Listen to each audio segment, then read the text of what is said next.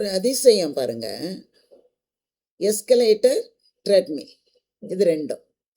இதில் எஸ்கலேட்டர் அப்படிங்கிறது மேலே நம்மளை ஏற்றிக்கிட்டே போகும். முன்னால காலத்தில் மனிதர்கள் என்ன பண்ணுவாங்கன்னா, ஏணி அப்படியே நிற்கும்.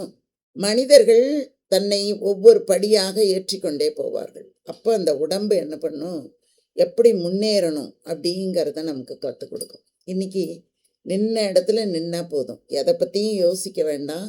எப்படி ஏறணுங்கிறத பற்றி யோசிக்க வேண்டாம். ஏறும்போது என்ன இடையூறு வருங்கிறத பற்றி யோசிக்க வேண்டாம். போய் அங்கே நின்றுட்டா போதும், அதுவே நம்மளை மேலே கொண்டு போய் விட்டுடும்.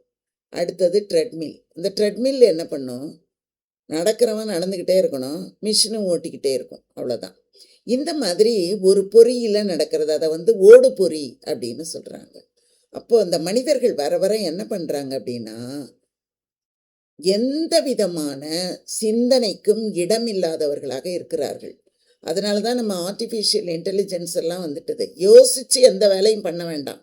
இது நடக்கணும் அப்படின்னா அதை நம்ம அந்த பொறி அந்த மிஷின்கிட்ட சொல்லிட்டோம்னா போதும், அது நடத்தி கொடுத்துரும். அப்படி தானே இன்றைக்கி நம்ம பண்ணிகிட்ருக்கோம். எவ்வளவு வேடிக்கை பாருங்கள். படிக்கட்டு நிற்கிற படிக்கட்டு நகர்த்திக்கிட்டு போகுது. பூமி நிற்கும், ஒருவன் நடந்துக்கிட்டு போவான்.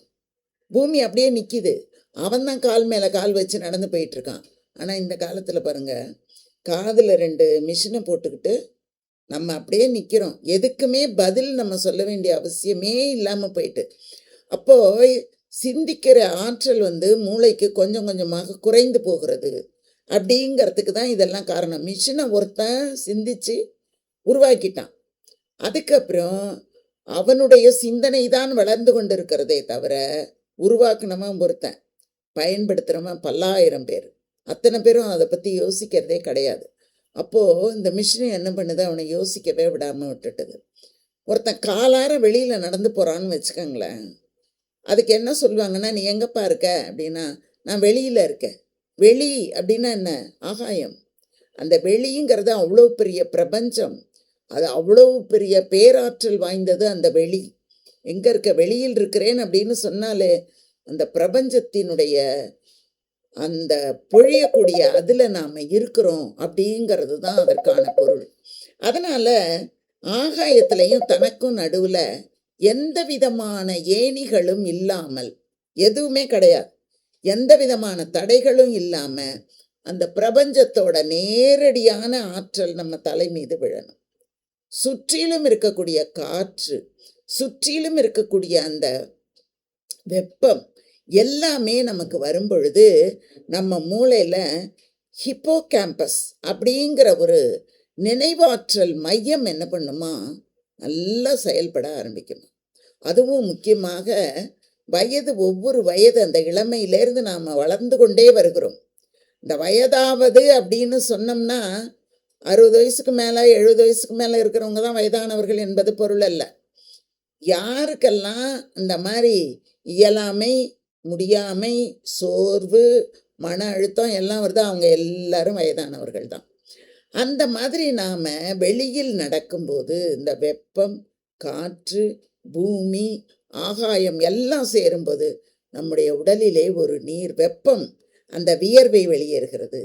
அந்த மாதிரி வெளியேறும்போது நம்முடைய ஆற்றல் பல மடங்காக வளர்கிறது அப்படின்னு நடைப்பயிற்சியின் முக்கியத்துவத்தை பற்றி எல்லாரும் சொல்கிறாங்க.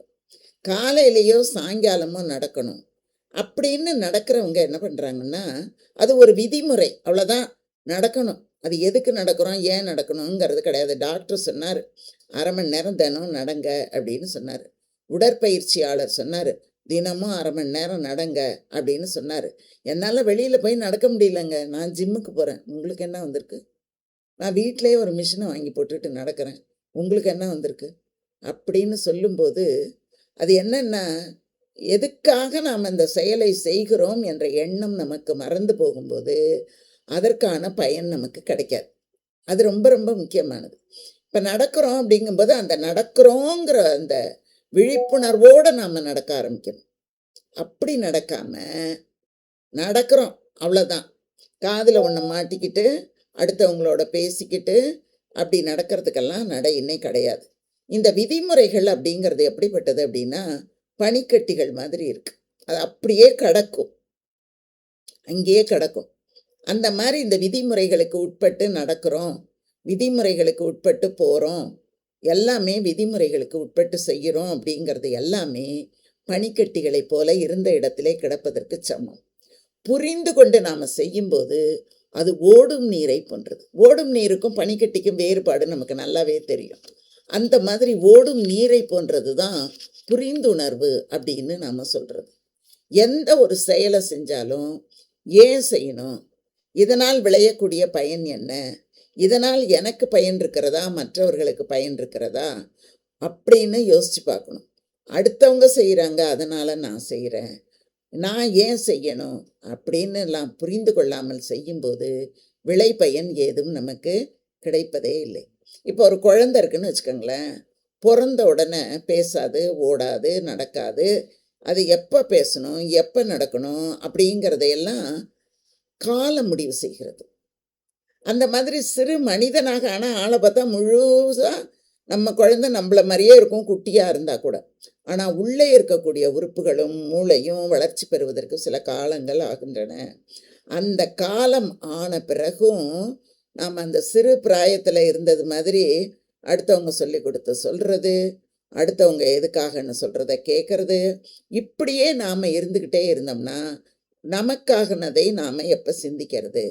அப்படி சிந்திச்சு ஒரு வயது வந்த பிறகு அவங்க சொன்னாங்க செஞ்சேன், இவங்க சொன்னாங்க செஞ்சேன், அவங்க பேசுனாங்க கேட்டேன், இவங்க பேசுனதை சொன்னேன்னு சொல்லாமல் எதை பேசணும்னு முடிவு பண்ணணும், எப்போ பேசணும்னு முடிவு பண்ணணும், எப்படி பேசணும்னு முடிவு பண்ணணும், யாருக்கிட்ட பேச போகிறோங்கிறத முடிவு பண்ணணும். இந்த மாதிரி ஒரு சொல்லும் செயலும் உங்களிடத்தில் இருந்து தோன்றுமானால் அந்த சொல்லை விட அந்த செயலை விட நீங்கள் ஆழமானவர்கள், ஆற்றல் வாய்ந்தவர்கள் என்பதை உணர்ந்து கொண்டு நீங்கள் செயல்பட்டால், உங்களுக்காக நீங்கள் செயல்பட தொடங்கினால் நாம் செய்யக்கூடிய செயல்களுக்கான விளைவை நாம் பெற முடியும். இல்லைன்னா நம்மாலே அதை பெற முடியாது. சரிங்களா? நன்றி, வணக்கம். தொடர்ந்து பாருங்கள், நிறைய செய்திகள் உங்களுக்காக.